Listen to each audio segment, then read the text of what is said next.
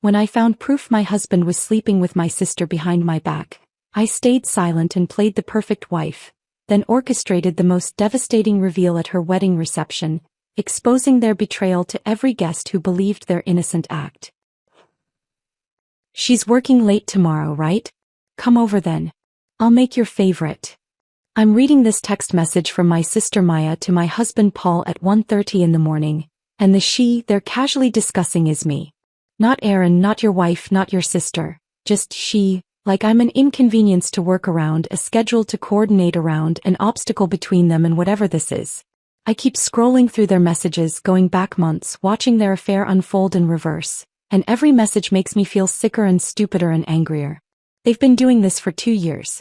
2 years of lies in hotel rooms and stolen moments while I worked late to pay our mortgage, while I helped Maya plan her dream wedding, while I smiled for family photos and believed we were all happy. Paul is asleep upstairs. Maya is probably asleep in her apartment across town, the apartment I helped her move into, practicing her vows for the wedding where I'm supposed to be her maid of honor in 8 weeks. They think they've been so careful. They think I'm too trusting to ever find out. They're wrong. And by the time I'm done with both of them, everyone they know will see exactly who they really are. But let me back up. Because 3 hours ago I had no idea any of this existed. 3 hours ago I was making pancakes. It's Sunday morning in early March and our kitchen smells like butter and vanilla.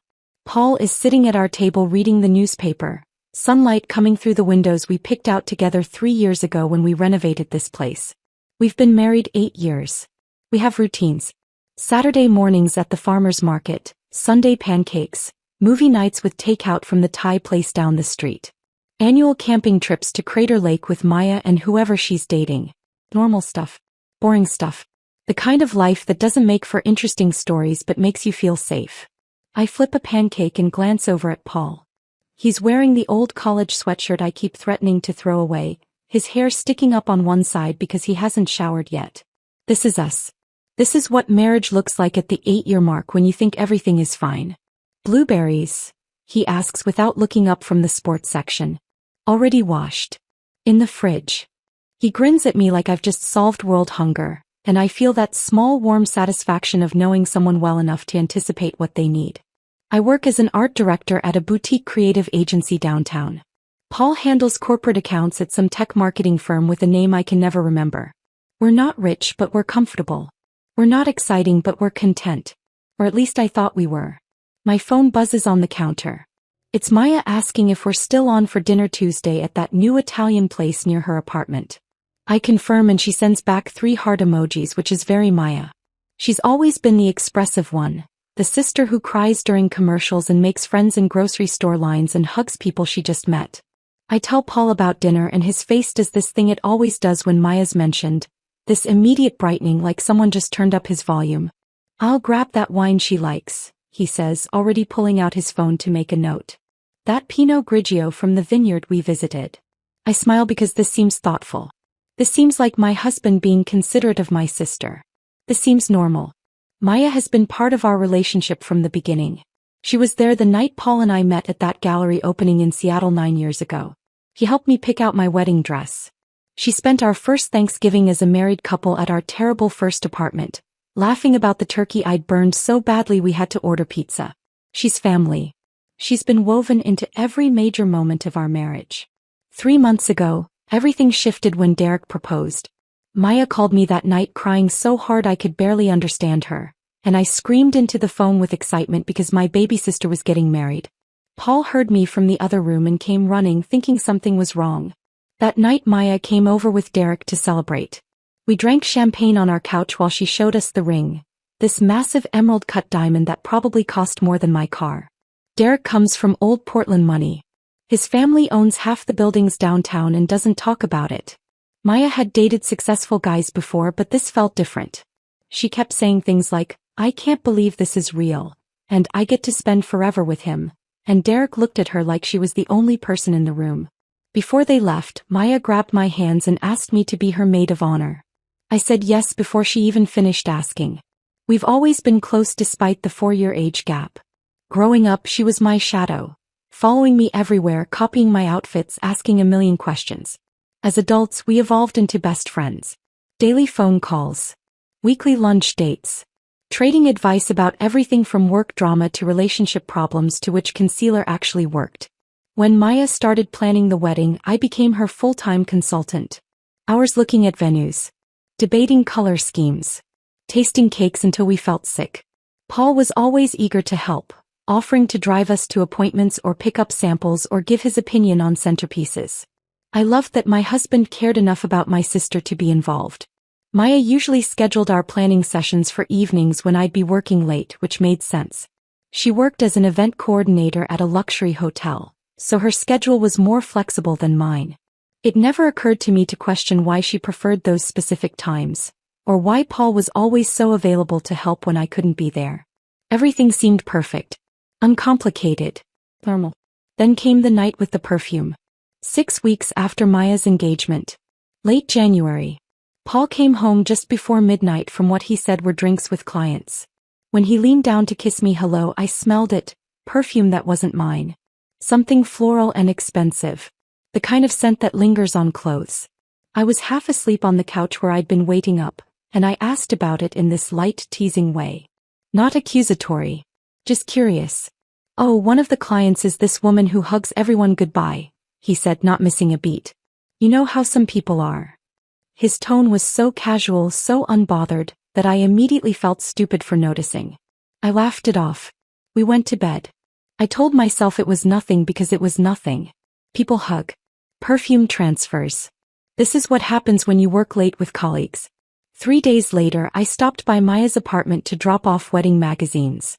And there it was, that same perfume sitting on her bathroom counter in an elegant glass bottle. I recognized it instantly. That specific floral scent. Something in my stomach twisted. I stared at that bottle longer than was normal, trying to make sense of the coincidence, and Maya came out of her bedroom asking if I was okay. Yeah, just spacing out. Long week. She hugged me and said I worked too hard, that I needed to take more time for myself. I left feeling unsettled in a way I couldn't name. It was nothing. It had to be nothing. Lots of women wear the same perfume. My brain was creating problems where none existed. But after that night I started noticing other things. Paul's phone was suddenly always face down. On the kitchen counter. The nightstand. The coffee table. Every surface. He started taking it into the bathroom when he showered, which he'd never done before.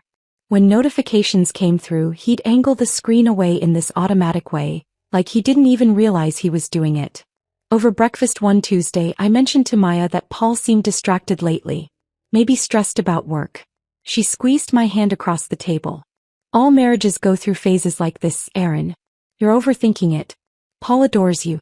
Don't create problems where there aren't any. I believed her. Why wouldn't I? He was my sister. My best friend. She'd never steer me wrong. But the changes in Paul kept coming. He started waking up at 5 in the morning for the gym, something he'd never done in our entire relationship. New workout clothes appeared in the laundry. Expensive protein powders on the counter. Running shoes I didn't recognize by the door. He bought tailored shirts that fit differently. Started using cologne I'd never seen. Switched from his regular barber to some trendy place downtown. Just trying to take better care of myself, he said when I asked. Stay competitive. I'm not getting any younger. His work hours stretched longer. Client dinners 3 times a week became normal. Weekend conference calls. Late nights at the office for pitches that never seemed to close. When I suggested joining him for dinner like I used to, he said it would be boring. Just shop talk. Nothing I'd enjoy. I started lying awake at night, staring at the ceiling while Paul slept peacefully beside me. Was I paranoid? Controlling? Was this just what happened at 8 years when the excitement wore off? My best friend Jennifer suggested couples therapy over wine one night. When I mentioned it to Paul, he laughed. We don't need to pay someone to tell us we're fine. You're overthinking things. I wanted so desperately for him to be right that I dropped it.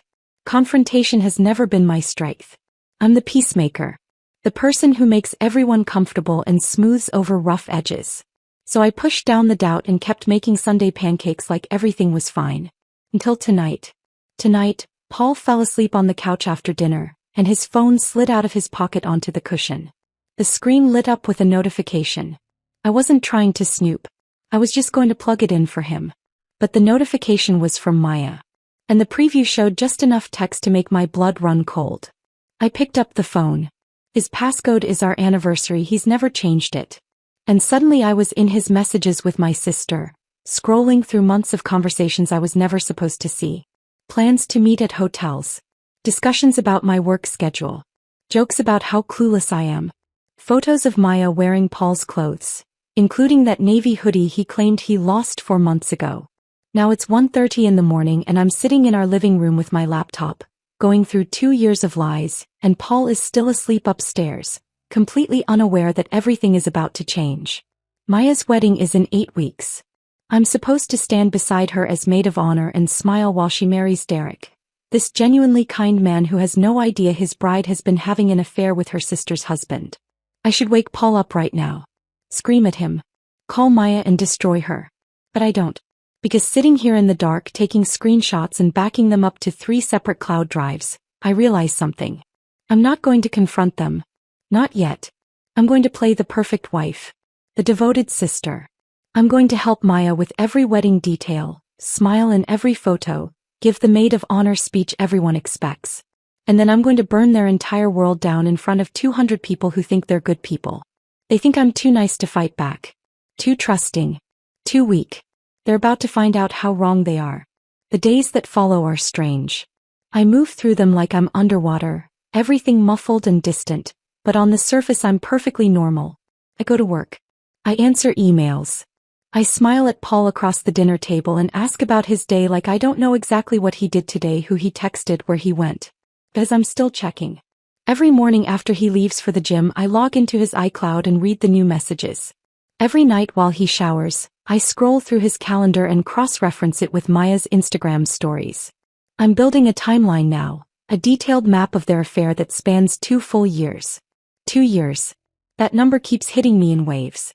2 years of family dinners where they sat across from each other and smiled.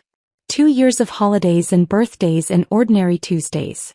2 years of me confiding in Maya about my marriage, about my worries that Paul seemed distant, while she nodded sympathetically and told me I was imagining things. The worst part isn't even the affair itself.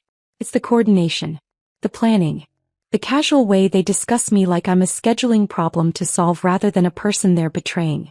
She's got that design conference in San Francisco next month. Paul writes in a message dated 6 weeks ago. Perfect. Maya responds. We can finally do that weekend trip you mentioned. I'll tell Derek it's a girls' spa thing with college friends. They're so comfortable with the lying. So practiced. Like they've done this 1,000 times and perfected the art of deception. I'm sitting at my desk at work on a Wednesday afternoon, staring at a logo design that's due by end of day when my phone buzzes. It's Maya. Lunch tomorrow? I need your opinion on bridesmaid dress colors. I'm between sage green and dusty blue. I stare at that message for a full minute. She has no idea. Absolutely no idea that I know. That I've seen the photos of her wearing Paul's clothes.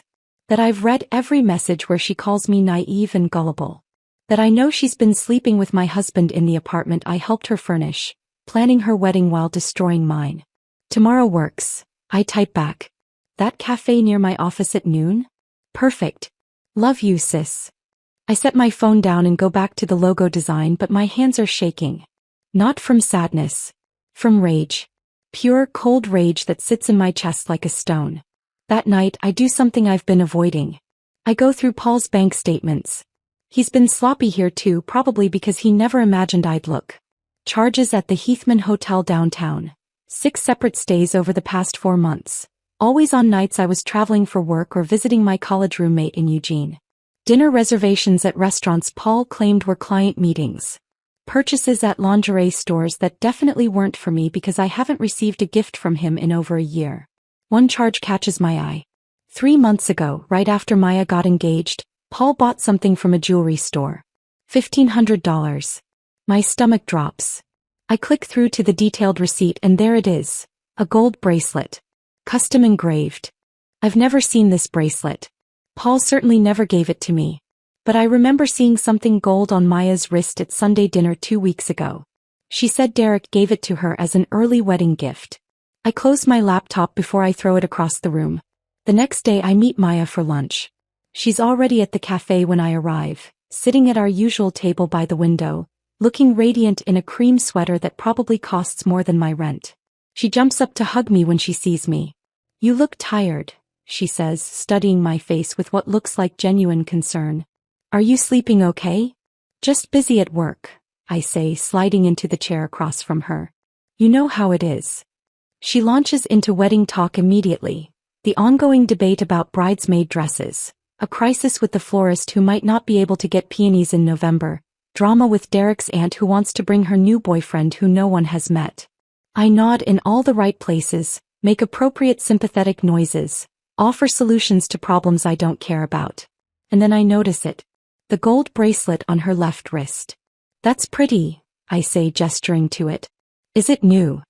Her hand goes to it automatically, a small, secretive smile crossing her face. "Oh, this? Yeah, Derek gave it to me. Early wedding present. Isn't it beautiful?" "Gorgeous," I say, keeping my voice light. "He has good taste." She beams. "He really does. I'm so lucky, Aaron." I know every bride says this, but I genuinely feel like the luckiest woman alive. Derek is he's everything I've ever wanted. I take a sip of my water to avoid responding because if I open my mouth right now, I might tell her that her fiancé isn't the one who bought that bracelet.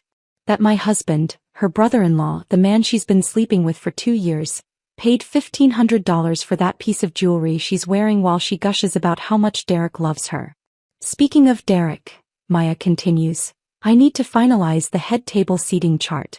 Obviously you and Paul will be right next to us. I want my favorite people close." "Of course," I say. "Wouldn't miss it."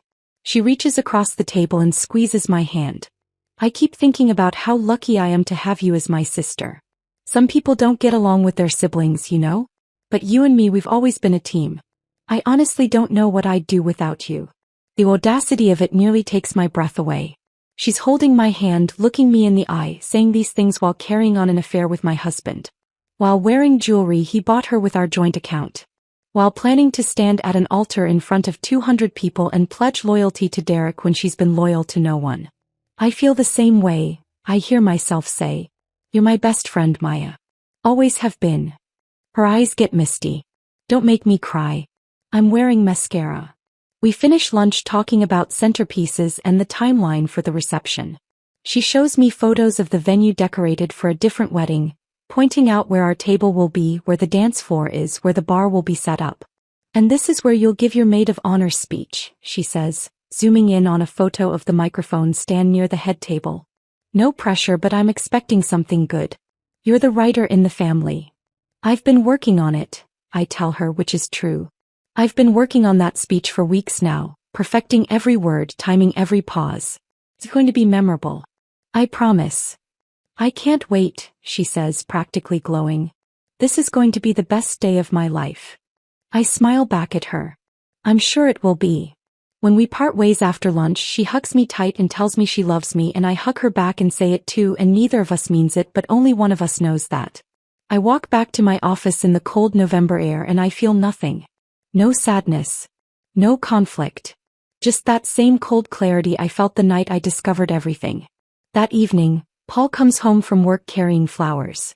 Grocery store flowers, nothing fancy, but it's been months since he brought me anything, and I understand immediately what this is. Guilt. Some small part of him that still feels bad about what he's doing, trying to ease his conscience with a $12 bouquet. "These are pretty," I say, putting them in a vase. "What's the occasion?" "No occasion. Just thought of you." He kisses my forehead and goes to change out of his work clothes, and I arrange the flowers in water and think about how I'm going to destroy him. Not physically. Not through violence or screaming or dramatic confrontation. I'm going to destroy him socially, professionally, in every way that matters to him. And he's not going to see it coming. My phone buzzes. It's a text from Maya. "Thanks for lunch today. You always know how to make me feel better. Love you so much." I type back quickly, "Love you too. Can't wait for the wedding. It's going to be perfect." And I mean it. Because it will be perfect. Just not in the way she thinks. I finish arranging Paul's gilt flowers, pour myself a glass of wine, and sit down to work on my maid of honor speech some more. I've got 8 weeks until the wedding. 8 weeks to play the role of supportive wife and devoted sister. 8 weeks to make sure every piece of evidence is backed up, Every detail is perfect, every word of my speech is exactly right. Paul comes back downstairs in sweatpants and finds me at the kitchen table with my laptop. Work stuff, he asks. Wedding planning, I say, not looking up. Maya's speech. Want to make it special. He smiles that warm, proud smile. You're such a good sister to her. She's lucky to have you. We're lucky to have each other, I reply, meeting his eyes. He has no idea how true that's about to become. The weeks that follow become a masterclass in performance. I'm acting every single day, every single moment, and nobody suspects a thing. Not Paul, not Maya, not my parents, not our friends. I am the perfect wife. The devoted sister. The reliable maid of honor who shows up to every appointment with a smile. But underneath the performance, I'm building something else entirely. Every morning starts the same way. I wake up before Paul, make coffee, check his iCloud account while the machine brews. New messages appear like clockwork. Last night was amazing. Can't wait to see you Thursday. She's going to be at that conference all weekend. We'll have 3 full days. I screenshot everything, save it to multiple cloud drives, add it to my growing timeline of their affair. Then I go downstairs, pour Paul's coffee exactly how he likes it, and kiss him goodbye when he leaves for the gym. The same gym where, according to his messages, he doesn't actually work out half the time. He meets Maya there. They grab breakfast after. Go back to her apartment while I'm at work. At the office, I throw myself into a major rebranding project for a tech startup that's paying us more than any client we've had in years. My boss comments on how focused I've been, how the quality of my work has actually improved despite the long hours. What she doesn't know is that staying late isn't about dedication. It's about avoiding home. Avoiding the charade. Some nights I sit in my car in the parking garage for 20 minutes, just breathing, preparing myself to walk back into my marriage and pretend everything is fine. Jennifer notices something's wrong during one of our monthly lunches. We're at our usual spot, this little bistro near Powell's Books, and she's watching me push salad around my plate without eating. You've lost weight, she says. Are you okay?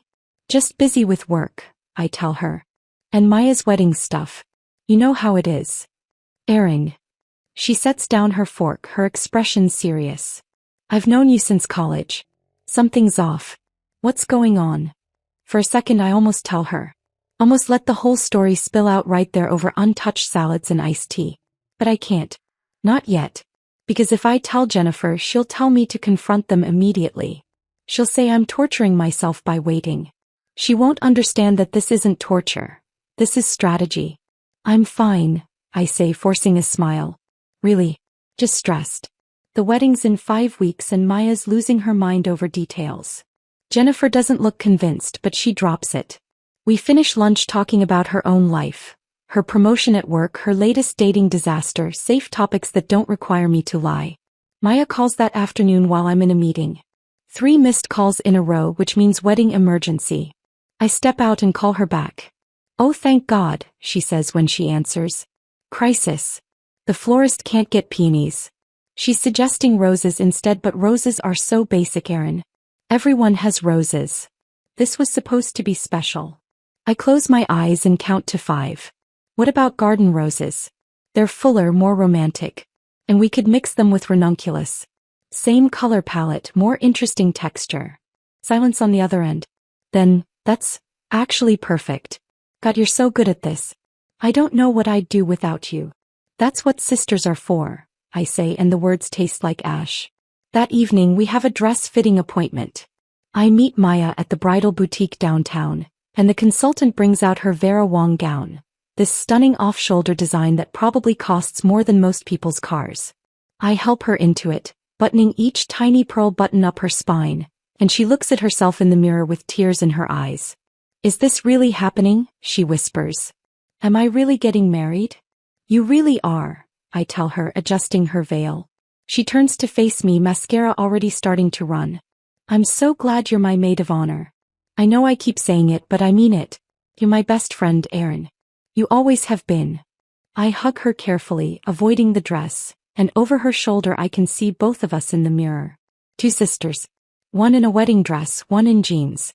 Both of us lying, but only one of us knows it. We spend the next hour looking at bridesmaid dresses. She's finally decided on sage green, and I help her choose a style that will work for the different body types of her bridesmaids. We debate hemlines and necklines and whether the fabric will photograph well. Normal sister things. Wedding things. All while I'm mentally reviewing the hotel receipts I found last week showing Paul and Maya spent a weekend at the coast while I was in Eugene visiting friends. The worst part of the whole charade is Derek. Maya's fiancé joins us for dinner after the fitting, and he's exactly as nice as always. Asking about my day, telling jokes, clearly head over heels in love with Maya. He talks about their honeymoon plans to Italy, about the house they're looking at in the West Hills, about how excited he is to start a family. We're thinking maybe 2 kids, Maya says, squeezing Derek's hand across the table. Not right away, but within a few years. Derek grins. I want them to have your eyes. And I sit there eating pasta, nodding at appropriate moments, watching them plan a future that's built on lies, and I wonder if Derek will hate me after the wedding. If he'll understand I did him a favor, or if he'll wish I'd warned him privately instead of exposing everything publicly. But I can't warn him privately. Because if I do, Maya and Paul will have time to control the narrative, to spin the story, to paint me as jealous or crazy or vindictive. This has to be public. It has to be undeniable. It has to be in front of everyone who matters. 3 weeks before the wedding, Maya's nonprofit holds its annual fundraiser gala. It's a black tie event at a downtown hotel, complete with silent auction, live music, and Portland's wealthy elite pretending to care about children's literacy. Paul volunteers to help with logistics, which makes everyone in our family smile about what a supportive brother-in-law he is. I watch him get ready that night with new eyes. The tuxedo I don't remember him buying. Cufflinks that weren't in his drawer last month. Cologne applied with more care than he's shown for anything involving me in half a year. You look handsome, I tell him, because that's what a good wife says. You look beautiful, he replies, kissing my forehead with lips that have kissed my sister. At the gala, I work the room in a burgundy gown Maya helped me pick out. I make small talk with donors, laugh at jokes I don't find funny, pose for photos with Paul's arm around my waist. The perfect couple. The supportive sister and brother-in-law helping Maya's career. But I'm watching them. Always watching. I see Paul's hand linger on Maya's lower back when he guides her through the crowd. See her lean into him when he whispers something that makes her laugh. See them exchange glances across the ballroom that last just a fraction too long. And then about an hour into the event, they disappear. Event logistics, Maya tells the event coordinator before heading toward the service hallway. Paul follows 2 minutes later, claiming he's taking a phone call. They're gone for 17 minutes. I know because I time it on my phone while pretending to scroll through social media. When they return, Maya's lipstick is slightly smudged. Paul's bow tie is looser. They come back from different directions, like that makes it less obvious. That morning I checked their messages. Can't wait to see you in a tux tonight. You know what that does to me. I'll find a reason to steal you away. Promise. Now I'm watching that promise fulfilled in real time, and I'm smiling for a photographer from the Portland Tribune who wants a shot of Maya with her sister. We pose together, arms around each other, and he takes several photos. Beautiful, he says. You can really see the family resemblance. Later I'll wonder if that photo ever ran. If it's still somewhere online, frozen proof of the moment before everything exploded. With 2 weeks until the wedding, I become meticulous. I practice my maid of honor speech in front of my bathroom mirror at 3 in the morning, timing each pause, perfecting the delivery. I organize all my evidence into folders on my phone. Messages, photos, hotel receipts, bank statements, and I practice pulling them up quickly, making sure I can navigate to exactly what I need even if my hands are shaking.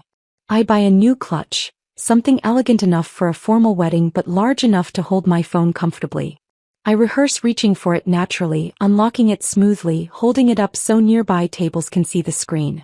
I also do something that probably makes me either very smart or slightly crazy. I schedule 2 appointments with a therapist. Not to actually process my feelings, I don't have time for that, but to establish a paper trail. Proof that I knew about the affair and was dealing with it in healthy, appropriate ways before I chose to expose it. Insurance against anyone later claiming I acted out of unstable emotion. Have you considered confronting your husband directly? Dr. Harlow asks during our second session. I'm not ready yet, I tell her, which is completely true, just not in the way she thinks. She nods sympathetically. These things take time. There's no rush. You need to process at your own pace. I nod back and let her believe that's what's happening. At night, I lie next to Paul in our bed listening to him breathe. He sleeps peacefully, no guilt keeping him awake, no conscience disturbing his rest. And I stare at the ceiling imagining the wedding reception. The beautiful waterfront venue. The 200 guests. The moment when I stand up with the microphone and everyone's attention. The moment when everything changes. For the first time in 2 months, lying there in the darkness, I smile. The wedding day arrives with weather that feels like mockery. Clear blue skies. Crisp November air. The kind of perfect Portland morning that makes people forget it rains here 9 months a year. I wake up at 5, earlier than necessary, but I couldn't sleep anyway. Today is the day I've been planning for 2 months. Today everything changes. I shower, do my makeup carefully, put on the sage green maid of honor dress Maya chose. It fits perfectly because I've lost 12 pounds since discovering the affair, stress eating me from the inside out even as I smile through every wedding appointment. In the mirror I look composed. Elegant. The picture of a supportive sister ready to celebrate her sibling's big day. Nobody would guess I'm about to detonate a bomb. I arrive at the waterfront venue at 7 with my arms full of emergency supplies Maya texted me about at midnight. Safety pins. The specific shade of lipstick she wants for photos. Breath mints. A backup pair of nude heels in case hers give her blisters. The kinds of details only a devoted maid of honor would remember. The bridal suite is already chaos when I walk in. Bridesmaids everywhere, mimosas flowing, our mother crying happy tears while the hairstylist works on bridesmaid number 3. Maya sees me and practically runs across the room. "Oh, thank God," she says, hugging me tight. "I've been panicking all morning. I couldn't remember if I told you about the lipstick and I thought you might forget and..." "I got everything," I tell her, holding up the bag. Deep breaths. "It's all going to be perfect. And it will be. Just not the way she thinks." Maya's already in her robe, hair done in these perfect loose waves, makeup half finished. She looks radiant in the way brides do, glowing with excitement and nerves and the absolute certainty that today is the beginning of her happily ever after. "Come help me get into the dress," she says, pulling me toward the corner where her Vera Wang gown hangs like a work of art. Our mother and 2 bridesmaids help lift it carefully and I guide Maya into it, pulling it up, adjusting the fabric, buttoning each tiny pearl button up her spine. There are 42 buttons. I count them. Our mother cries. The photographer circles us, capturing these intimate sister moments. The older sister helping the younger one into her wedding dress. Both of us smiling, everything perfect.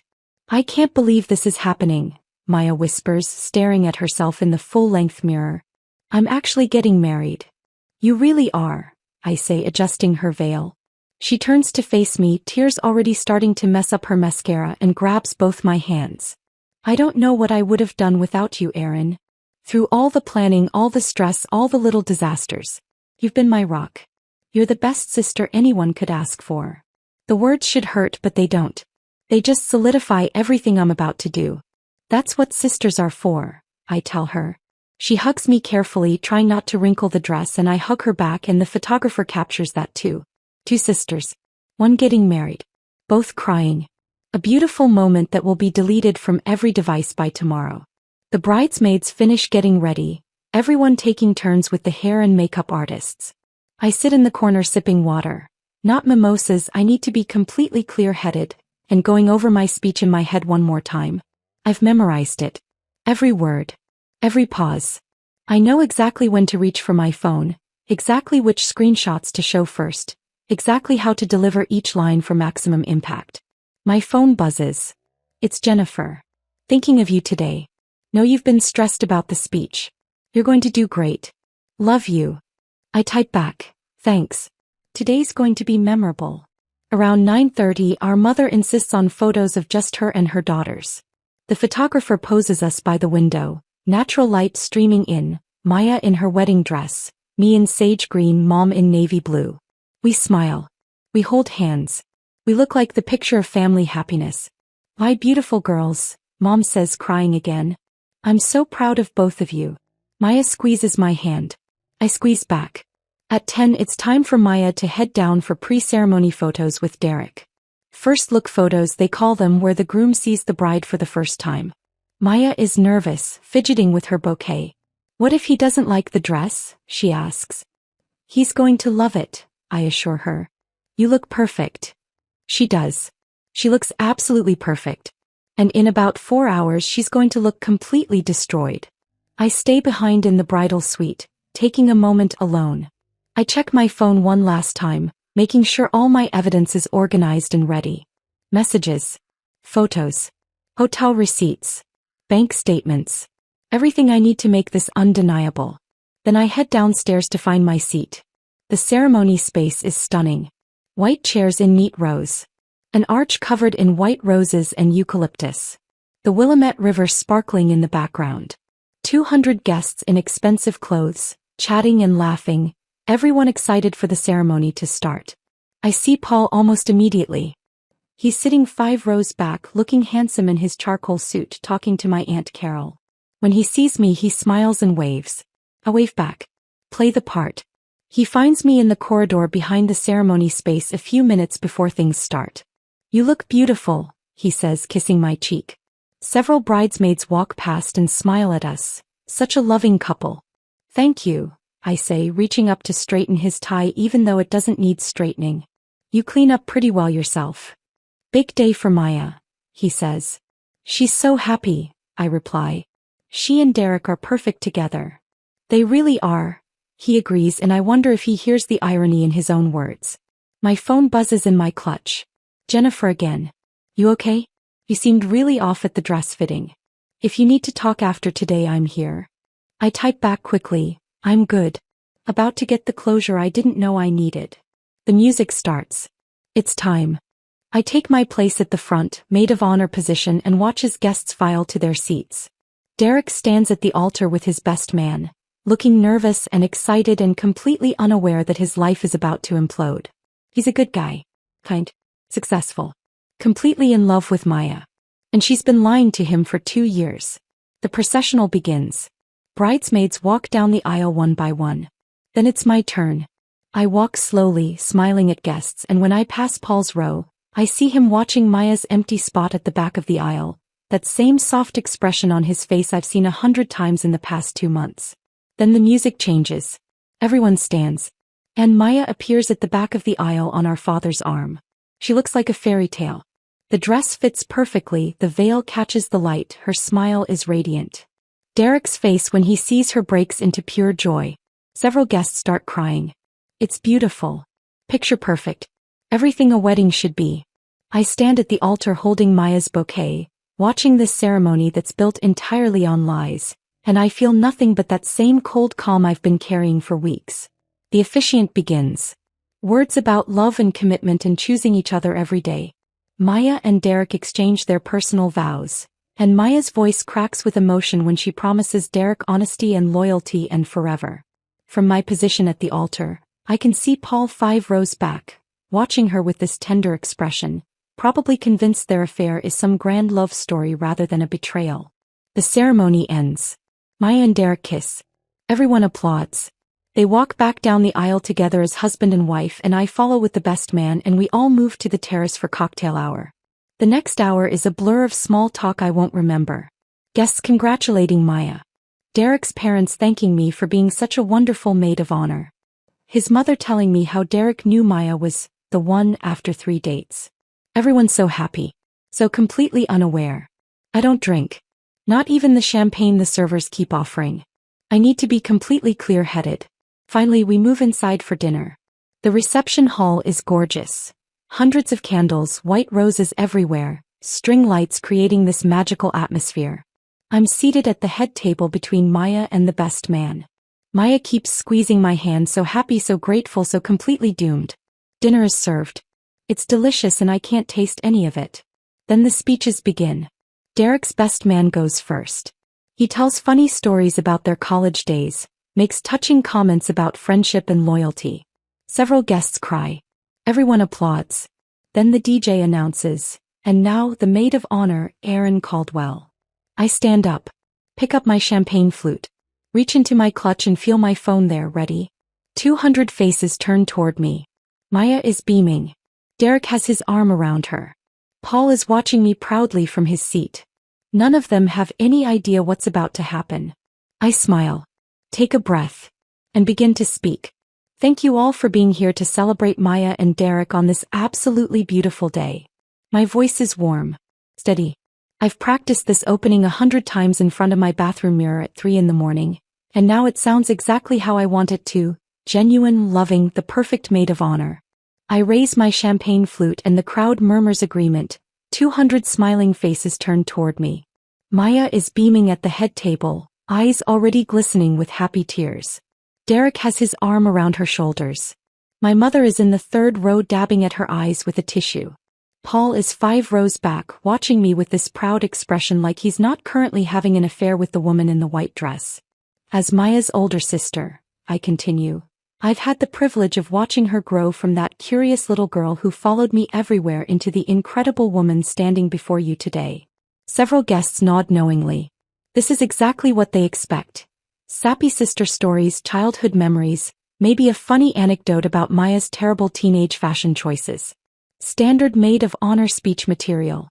Maya has always had this gift for making people feel special, for creating these picture-perfect moments that make life feel magical. She's planned events for hundreds of people over her career, coordinated proposals and anniversaries and celebrations, always making sure every detail is flawless. More nodding. Maya's reputation as an event coordinator is well known. Derek's mother is smiling warmly. And she planned this wedding with the same meticulous attention to detail, I say, my smile never wavering. Making sure everyone here would witness exactly what she wanted us to see. The tone of that last sentence is just slightly off. Just enough that a few people in the front row shift uncomfortably. Maya's smile falters a fraction. She's smart enough to sense something wrong but not smart enough to know what. I pause. Let the room settle. Make sure I have everyone's complete attention. But what I've also had, I say, my voice dropping lower, more serious, is a front row seat to a very different side of Maya's life. One that most of you have never seen. The room goes completely silent. That horrible anticipatory quiet before disaster strikes. I reach into my clutch and pull out my phone. Maya's face drains of color so fast I think she might actually faint. Her hand reaches across the table toward me in this instinctive gesture. Like she can somehow stop what's coming, but it's too late. This has been too late for 2 months. 7 months ago, I continue, my voice steady despite my racing heart. I discovered something that shattered my entire world. I discovered that my husband Paul and my sister Maya have been having an affair. The gasps are immediate and collective, like the whole room inhaled at once. Someone near the back drops their glass and the crash echoes in the sudden silence. A woman at table 6 says, "Oh my God," loud enough for everyone to hear.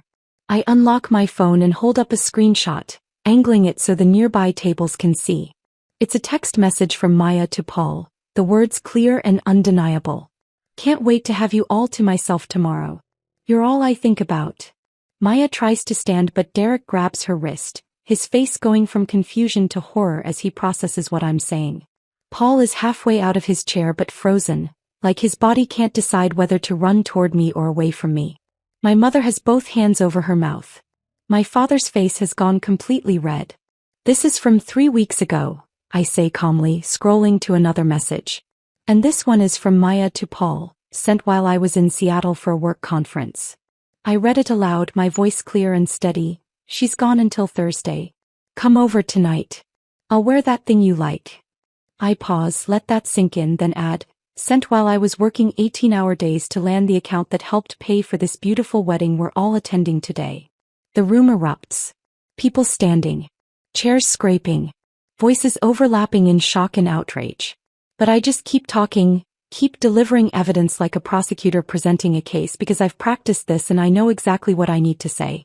I have 2 years' worth of messages like this. I continue, my voice cutting through the chaos. 2 years of planning hotel stays around my business trips. 2 years of coordinating their affair around my schedule like I'm an inconvenience to work around rather than a person they're betraying. Derek suddenly reaches across Maya and grabs my phone from my hand. I let him take it. This is part of the plan. He needs to see it himself. He scrolls frantically, his face transforming from shock to devastation to pure rage as he reads message after message after message. "Is this true?" he asks Maya, his voice breaking on the last word. She's crying now, mascara streaming down her face in black rivers, but she can't form words. Just sits there shaking her head, whether in denial or disbelief I can't tell. Answer me. Derek shouts and the entire room hears it. 200 guests watching in horror as a marriage ends before it even begins. Maya whispers something I can't hear from where I'm standing. What? Derek demands. What did you say? It wasn't. Maya's voice is barely audible. I didn't mean for it to. How long? Derek cuts her off. How long has this been going on? Maya just cries harder. How long? Derek roars, standing so violently his chair falls backward with a crash. The room goes dead silent again. Everyone waiting for the answer they already know will be devastating. 2 years. Maya finally whispers. The sound that follows is like nothing I've ever heard. Derek's mother screams.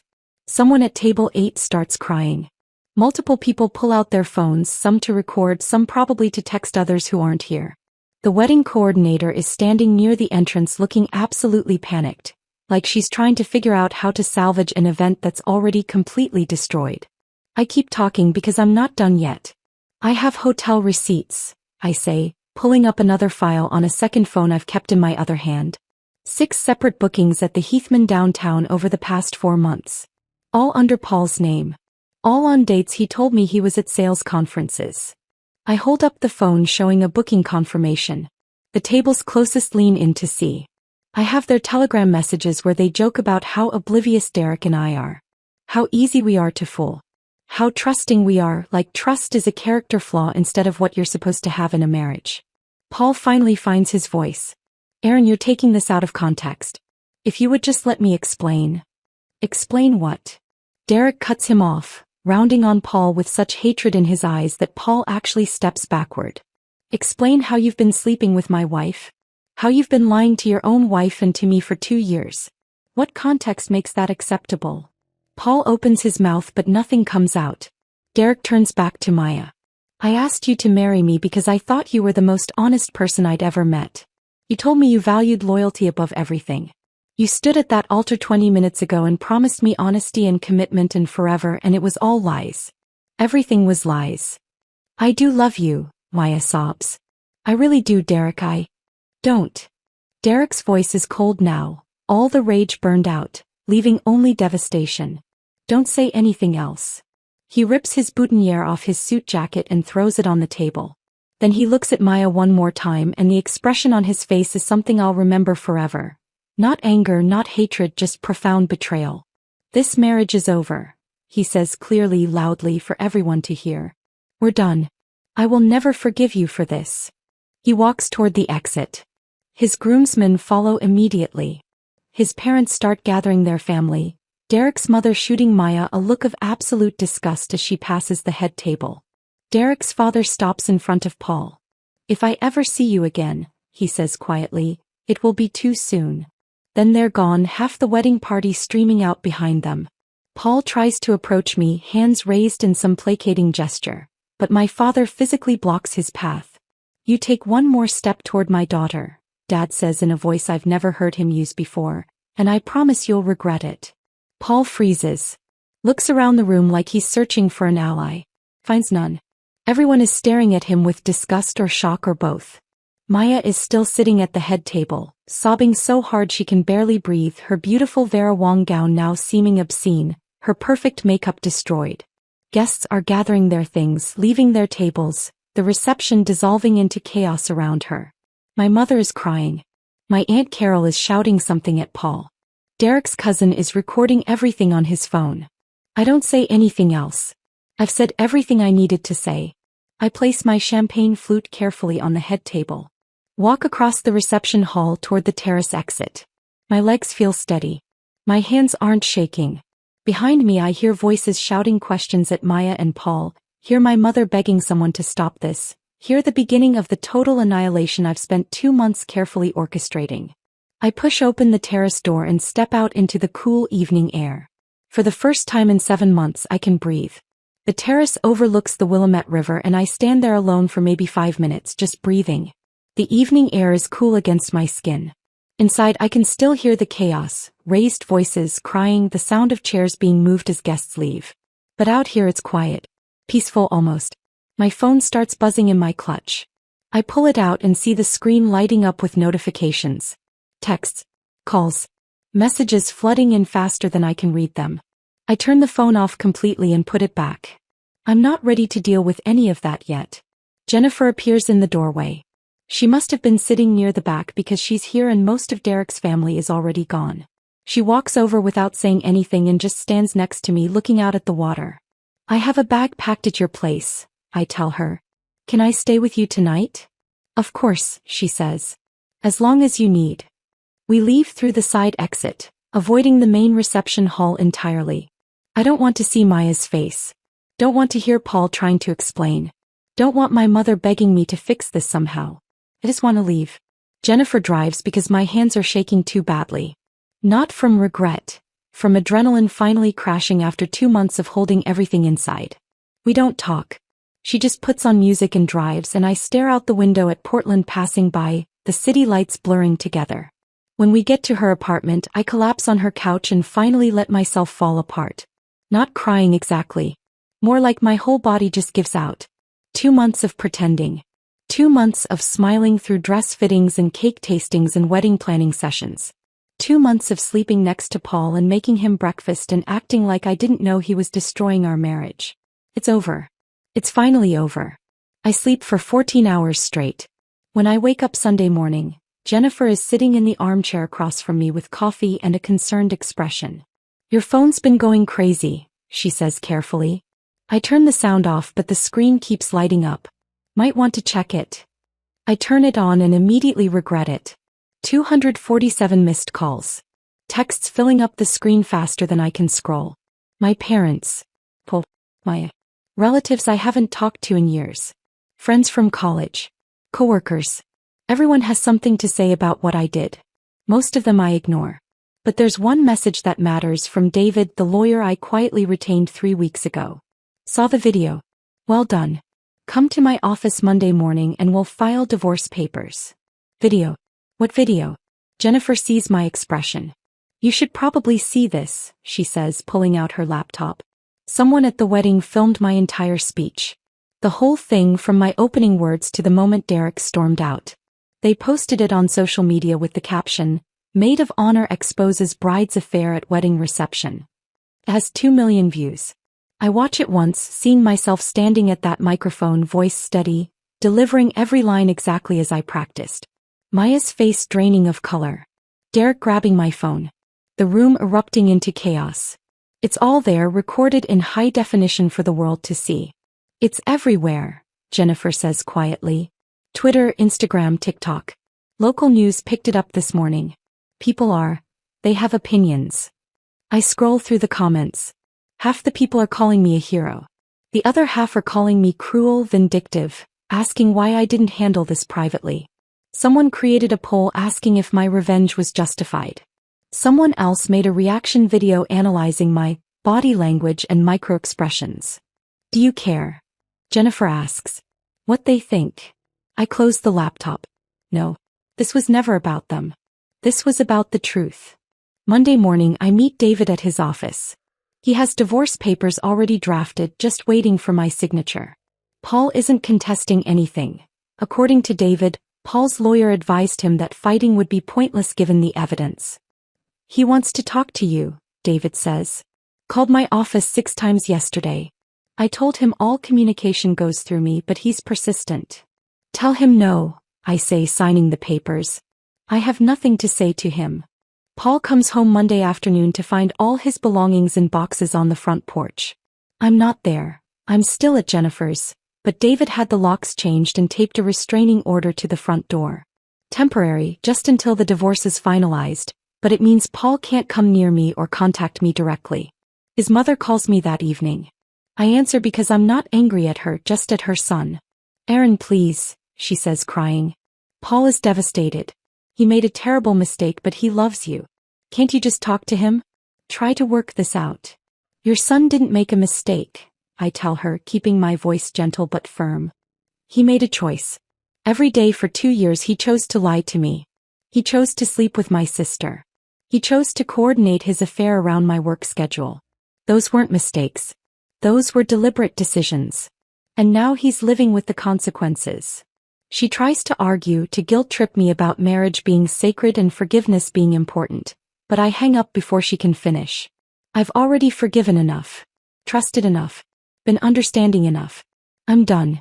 The real devastation starts Wednesday. Paul's colleague Marcus messages me that morning. We've met a few times at company events and he's always been friendly. Now he's reaching out to tell me he's disgusted by what Paul did. And to warn me about what happened at work. The viral video reached Paul's CEO Rebecca. She's known in Portland's tech scene for running a tight ship, enforcing strict ethical standards, maintaining the company's reputation above everything else. Having one of her senior account executives exposed in a viral video for having an affair with his wife's sister isn't the kind of publicity she tolerates. She called Paul into her office Tuesday morning. The meeting lasted less than 10 minutes. She gave him a choice, Marcus tells me over coffee. Resign immediately or be terminated for violating the ethics clause in his contract. He chose to resign because getting fired would have made finding another job basically impossible. How did he look? I ask, and I'm not sure why I care, except maybe I need to know this hurt him the way it hurt me. Like he aged 10 years overnight, Marcus says. Cleaned out his desk Wednesday morning. Half the office wouldn't even say goodbye to him. Janet from accounting actually told him he should be ashamed of himself, right there in the hallway where everyone could hear. I feel a savage satisfaction hearing this. Maybe that makes me a bad person. I've stopped caring.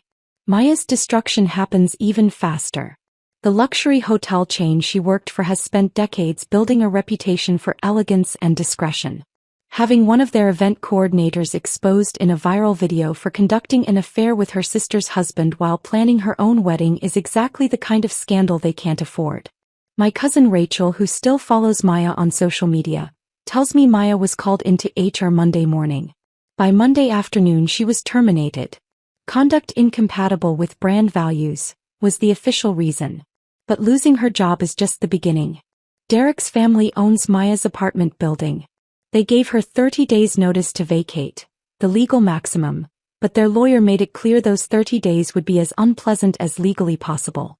Maya moved back into our parents' house within 2 weeks. Mom calls me Thursday evening. I almost don't answer, but something makes me pick up. She's not doing well, Erin, Mom says, her voice heavy. She barely leaves her room. Won't eat. Won't shower. Just sleeps and cries. Part of me feels guilty hearing this. The part of me that remembers Maya as my little sister following me around, looking up to me. But then I remember that same sister wearing Paul's hoodie in that photo. Coordinating their affair around my work trips. Helping him lie to my face hundreds of times.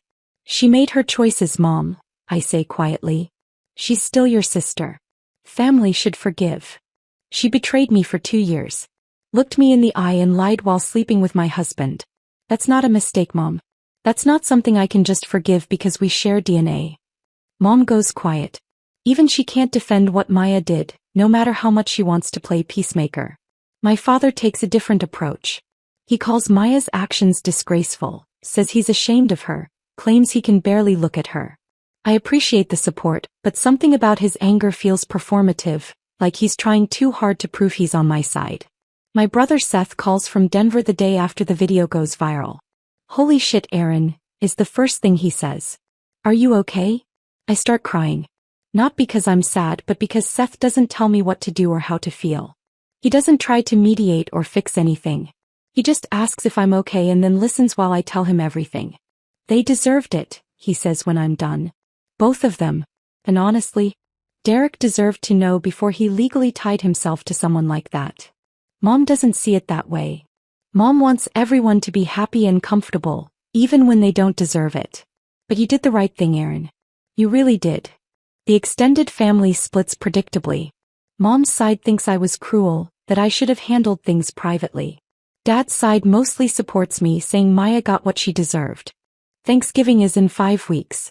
Mom is already talking about having everyone over like always, like we can just sit around a table together and pretend none of this happened. I'm planning to spend it with Jennifer's family instead. I can't sit across from Maya and pass the potatoes. Can't listen to Mom try to force reconciliation over pumpkin pie. Can't perform forgiveness I don't feel for the sake of holiday tradition. Some bridges once burned don't get rebuilt. And I'm finally okay with that. 3 weeks after the wedding, I'm sitting in Jennifer's apartment scrolling through job postings. Not because I need a new job, but because focusing on something normal helps. When my phone buzzes with a text from an unknown number. This is Derek. I know this is weird, but I'd like to talk if you're willing. No pressure. I stare at that message for a full hour. Jennifer comes home from the grocery store, sees me frozen on the couch with my phone in my hand and asks what's wrong. Derek wants to meet, I tell her. Derek as in Maya's ex-fiancé Derek? Yeah. Jennifer sits down next to me. What do you want to do? That's the question, isn't it? Part of me wants to ignore the message, keep that boundary firmly in place. But another part, the part that's been carrying this weight alone for months, is curious. Derek is the only other person who understands exactly what Maya and Paul did. The only other person who was humiliated in front of 200 people. I text back, coffee tomorrow? That place on Morrison at 2. His response comes immediately. I'll be there. Thank you. The next day I arrive at the cafe 5 minutes early and find Derek already sitting at a corner table. He looks terrible. The polished, confident man from the wedding has been replaced by someone who's clearly not sleeping, not eating, barely holding it together. His button-down shirt hangs loose like he's lost weight. There are dark circles under his eyes that no amount of expensive grooming can hide. When he sees me, he stands awkwardly and for a moment neither of us knows what to do. Shake hands. Just sit down. We settle on sitting down. For the first 5 minutes we just sip our coffee in silence. Two people who were destroyed by the same two people, trying to figure out if we're allowed to be angry together or if that somehow makes it worse. Finally, Derek speaks. I'm sorry. I look up, confused. For what?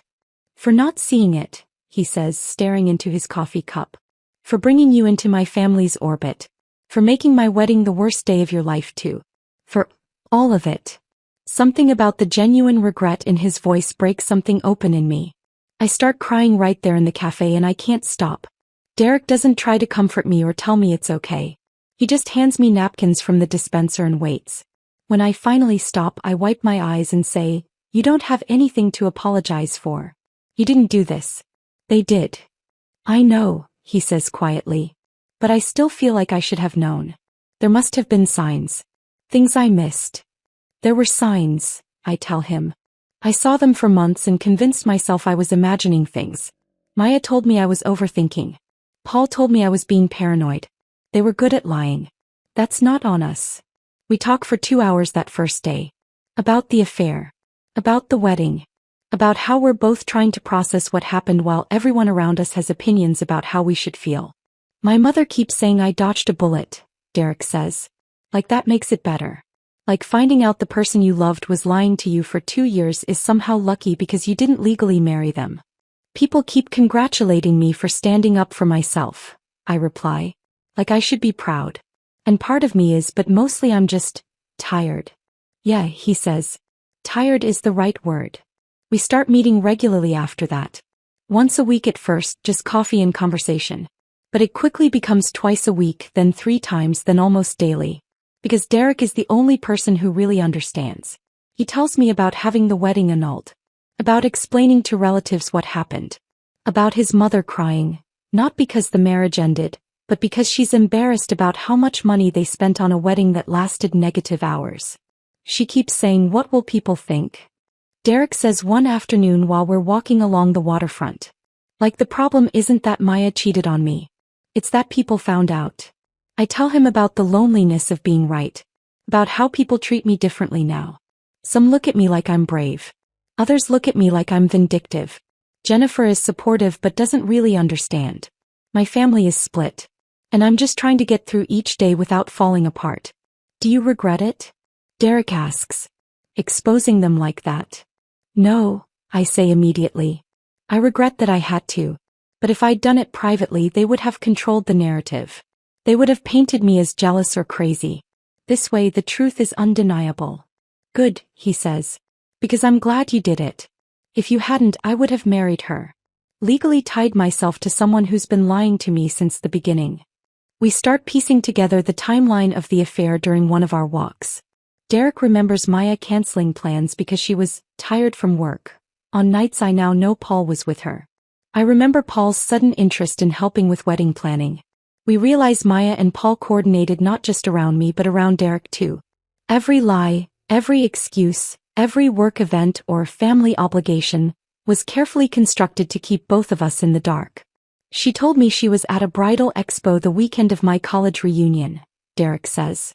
I asked if she wanted to come with me and she said she couldn't miss it. But there was no expo that weekend. I checked. Paul told me he had a sales conference in Seattle. I add.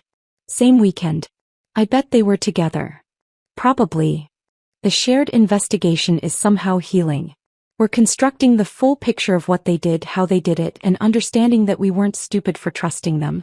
We were just normal people who believed the people we loved were telling the truth. After a month of coffee meetings, Derek suggests dinner. An actual dinner at a restaurant, not just grab coffee and walk around. Feels different. More intentional. But I say yes because spending time with Derek has become the one part of my day I actually look forward to. We start talking about things other than Maya and Paul. Our childhoods. Our dreams. Books we love. Movies we hate. What we want from life now that our previous plans have completely exploded. I always thought I'd be married by now, Derek admits one night. Have kids by 35. The whole traditional thing. Me too, I say. And instead I'm 32, divorced, and my sister destroyed my marriage. Think you'll ever get married again? I don't know, I say honestly. Ask me in a year. Right now, trusting anyone feels impossible. Meanwhile, Maya is spiraling. She starts leaving letters at my parents' house. Long, handwritten apologies that my mother tries to force me to read. When I refuse, Mom reads them to me over the phone anyway, telling me how sorry Maya is, how much she regrets everything, how she's in therapy now. One letter claims the affair started as a mistake and she didn't know how to end it. That makes me furious. Affairs don't last 2 years by accident. They last because you choose them every single day. Another letter tries to blame Paul entirely. Says he pursued her. That she felt pressured. That she was confused and vulnerable. Maya is 32 years old. Fully capable of saying no. Watching her try to dodge responsibility is almost worse than the original betrayal. She shows up at my office one afternoon. Building security calls up to ask if I'll see her. I watch from my third-floor window as she stands in the lobby crying, and I feel nothing except irritation that she's making a scene at my workplace. Tell her I'm not available, I say to security. The breaking point comes when Maya somehow gets Derek's new number. We're having dinner when his phone rings. He glances at the screen, frowns, and answers. Hello. I watch his expression change from confusion to anger as he listens to whoever's on the other end. Then he stands up from the table and walks outside, and I can see him through the window, pacing and gesturing. He comes back 5 minutes later looking furious. That was Maya, he says. How did she get your number? No idea. She was crying, begging me to convince you to talk to her. Said you're the only one who can help her move forward. That she needs closure. What did you say? I told her she's delusional if she thinks either of us ever wants to hear from her again. He sits down heavily. Then I hung up and blocked the number. 2 months after the wedding, Derek asks me to dinner. Not our usual casual places but a nice restaurant downtown. When I arrive, he's wearing a suit. There are flowers on the table. And I realize this might not just be friendly anymore. We're both nervous in a way we haven't been during our other meetings. Conversation is stilted at first. We talk about safe topics. Work, the weather, a movie he saw last weekend. Halfway through dinner, Derek puts down his fork. I need to tell you something, he says. And if it ruins this friendship, I'll understand. But I have to say it. My heart starts racing. I think I know what he's going to say. And I'm terrified and excited in equal measure. I have feelings for you, Aaron, Derek says quietly. I know the timing is terrible. I know we're both still processing trauma. I know people will judge us if we're together. But I can't pretend anymore that these meetings are just about shared grief. You make me laugh. You make me feel like myself again. And I hope, maybe you feel the same way. I'm quiet for a long moment. Processing. Because I do feel the same way. But I'm scared. Scared of being hurt again. Scared of making a mistake. Scared this is just trauma bonding and not real connection. I do feel the same way, I finally admit. But I don't know if that's healthy or if we're just using each other to process what happened. I don't know either, Derek says. Maybe we're both a little broken right now. Maybe this is a terrible idea. But maybe it's not. Maybe two people who understand each other's pain is exactly what we both need. We talk for 2 more hours about whether this is healing or harmful. Whether we're ready. Whether we can build something real on a foundation of mutual betrayal. We don't have answers to any of these questions. But when Derek walks me to my car and kisses me goodnight, gentle and tentative and full of possibility, I realize I don't need answers yet. I just need to feel something other than anger. And this, whatever this is, feels like hope. Derek and I start dating officially in late January, 3 months after the wedding. We agree to take it slow, be honest about everything, and accept that this might not work. But we're willing to try. The first few weeks are careful. Tentative. We're both so aware that we're building something on a foundation of shared trauma, and we keep questioning whether what we feel is real or just two hurt people finding comfort in each other. Do you think about her when you're with me? I ask him one night while we're having dinner at his place. He's quiet for a moment, then says honestly, sometimes. Not in a longing way. More like, I see something that reminds me of what happened and I have to consciously separate you from her. Does that make sense? Yeah, I say. I do the same thing. Sometimes you'll say something and I'll panic, wondering if you're lying too. If everyone lies. I'm not lying, he says. I promise you, Aaron. If this stops working for me, I'll tell you. No games. No deception. We decide early on to see a couples therapist, which feels ridiculous when we've only been dating a month, but we both agree we want to do this right. Dr. Chin asks us hard questions about whether we're trauma bonding, whether we're using each other to avoid processing our pain, whether we're actually compatible or just comfortable in shared anger. We don't have all the answers, but we keep showing up, keep being honest, keep choosing each other day by day. 5 months after the wedding, my divorce is finalized. The court proceeding takes less than 20 minutes. Paul doesn't even show up, he sends his lawyer as a representative. David structured the settlement so I keep the house, my retirement accounts, everything we built together. Paul gets his personal belongings and his car. When the judge declares our marriage dissolved, I feel relief more than anything else. It's finally officially over. Jennifer is waiting on the courthouse steps when I walk out into bright April sunshine. How do you feel? She asks, hugging me hard. Free, I say. And sad. And angry. And relieved. All at once. That evening, Derek takes me to dinner. We're not sure if we're celebrating or commiserating, but we're together and that feels right. My family's lawyers finally settled with Maya, he tells me over dessert. She has to repay about $30,000 of the wedding costs. Can she afford that? Barely. She's working retail now. It'll take her years to pay it back. Part of me feels guilty hearing this. But then I remember the hotel receipts and the messages and the 2 years of lies, and the guilt fades. At work, I throw myself into every project with intensity that borders on obsessive. I'm staying late, taking on the challenging accounts other art directors avoid, bringing innovative ideas that win us 3 new major clients. My boss, Karen, notices. 6 months after the wedding, she calls me into her office. I'm promoting you to creative director, she says without preamble. You've earned it. The team respects you. Clients love you. And frankly, you've been doing the job for months without the title. The promotion comes with a significant raise. I used the money to move out of the house I shared with Paul. There are too many ghosts in those walls. Too many memories of who I used to be. I find a loft in the Pearl District. Exposed brick, huge windows, light everywhere. The complete opposite of my old life. Moving day feels like shedding skin. I get rid of almost everything Paul and I bought together. The couch where I discovered his affair, the dining table where we ate countless dinners while he lied to my face, the bed we shared while he was sleeping with my sister. I keep only what's truly mine.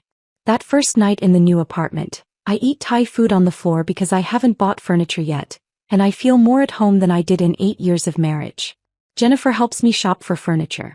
Derek helps me assemble an IKEA bookshelf that takes 4 hours and nearly ends our relationship. Seth flies in from Denver for a weekend and helps me paint an accent wall navy blue. I'm building a life that's genuinely mine. Not compromised. Not negotiated. Just authentically what I want. Derek and I have been together 4 months when summer arrives, and we're still navigating what we are to each other. Some days it feels perfect. Other days it feels fragile. People judge us. I tell him one evening while we're walking along the waterfront. I can see it in their faces when I mention you. They think we're opportunists. Does it matter what they think? Derek asks. I don't know. Maybe. Sometimes I wonder if they're right. If we're just using each other to process what happened. Maybe we are, he says. But maybe that's okay. Maybe two people who understand each other's pain is exactly what we both need right now. We go to therapy together every other week. Dr. Chin asks us hard questions. We answer honestly. We're building something slowly, carefully on ground that still feels unstable. My parents don't know about Derek and me yet. I'm not ready for my mother's judgment, her comments about how inappropriate it is, her suggestions that I'm doing this to hurt Maya. But Derek's parents know. And surprisingly they approve. His mother tells him she's glad he found someone who understands what he went through. 8 months after the wedding, my mother calls with an ultimatum. Thanksgiving is in 3 weeks, she says. I want the whole family here. That includes you and Maya. Mom. Enough time has passed, Aaron. She's your sister. Family is family. I won't accept no for an answer. I refuse initially. But my father calls separately and he sounds so tired, so worn down by the family fracture, that I reluctantly agree to meet with Maya first. Just the two of us. Neutral territory. Before I commit to Thanksgiving. We meet at a coffee shop downtown on a Saturday morning. Maya shows up looking terrible. She's gained weight. Her hair is unwashed. She's wearing sweatpants. She starts crying the moment she sits down. I'm so sorry, she says. I know I've said it before, but I need you to know how sorry I am. I've been in therapy. I'm working on myself. I'm trying to understand why I did what I did and I let her talk for 10 minutes. Let her spill all her rehearsed apologies and excuses and explanations. When she finally stops, I speak. I don't forgive you, I say clearly. And I probably never will. Aaron, please. What you did wasn't a mistake, I continue. It was a choice you made every single day for 2 years. You looked me in the eye and lied. You let me help plan your wedding while you were sleeping with my husband. You only feel bad now because you got caught. Maya cries harder. I know I don't deserve forgiveness. I miss you. I miss my sister. That sister doesn't exist anymore, I tell her. You destroyed her the moment you chose Paul over me. Over Derek. Over basic decency. Can't we at least try? Maya asks desperately. Can't we work toward being sisters again someday? No, I say. Trust once shattered, this completely doesn't rebuild. The best we can hope for is civil coexistence at family events for mom and dad's sake. But we're not friends. We're not close. We're just two people who share DNA. It's not the closure she wants. But it's the truth. I walk out of that coffee shop feeling lighter. I've stopped carrying the burden of her redemption. That's her work to do, not mine to grant. 14 months after the wedding, I'm sitting in my loft on a Saturday morning drinking coffee and thinking about how different my life looks now. I'm 33. Divorced. Estranged from my sister probably forever. In a relationship that started under the most unusual circumstances imaginable. And somehow I'm happier than I've been in years. People ask me all the time if I regret exposing Maya and Paul the way I did. If the public humiliation was too harsh. If I'd do it differently. My answer is always the same. I regret that I had to do it at all. But I don't regret doing it the way I did. Because they spent 2 years controlling the narrative, controlling me. I took that power back in the only way that guaranteed they couldn't spin the story. My life doesn't look like I imagined it would. But it's mine. Built on truth instead of lies. Derek and I are talking about moving in together next year. It terrifies me. But it also fills me with hope. I've learned that healing isn't linear. Some days I wake up angry. Other days I wake up grateful. Trust is harder to rebuild than people pretend. And revenge doesn't fix anything, but truth-telling does. I still see Maya at occasional family events. We're polite but distant. Strangers who share history but no longer share lives. And I've made peace with that being enough. My mother still hopes for reconciliation. My father has stopped hoping and just accepts the new normal. I've learned that I don't owe anyone my forgiveness. That boundaries are love in disguise. That sometimes the strongest thing you can do is walk away from people who hurt you, even when everyone tells you family means staying. The biggest lesson I've learned is this. Trust your instincts. Believe people when they show you who they are. And when someone betrays you so completely that there's no path back, don't be afraid to burn the bridge and walk away from the ashes. Because on the other side of that fire is a life that's truly yours. And that's worth more than anything.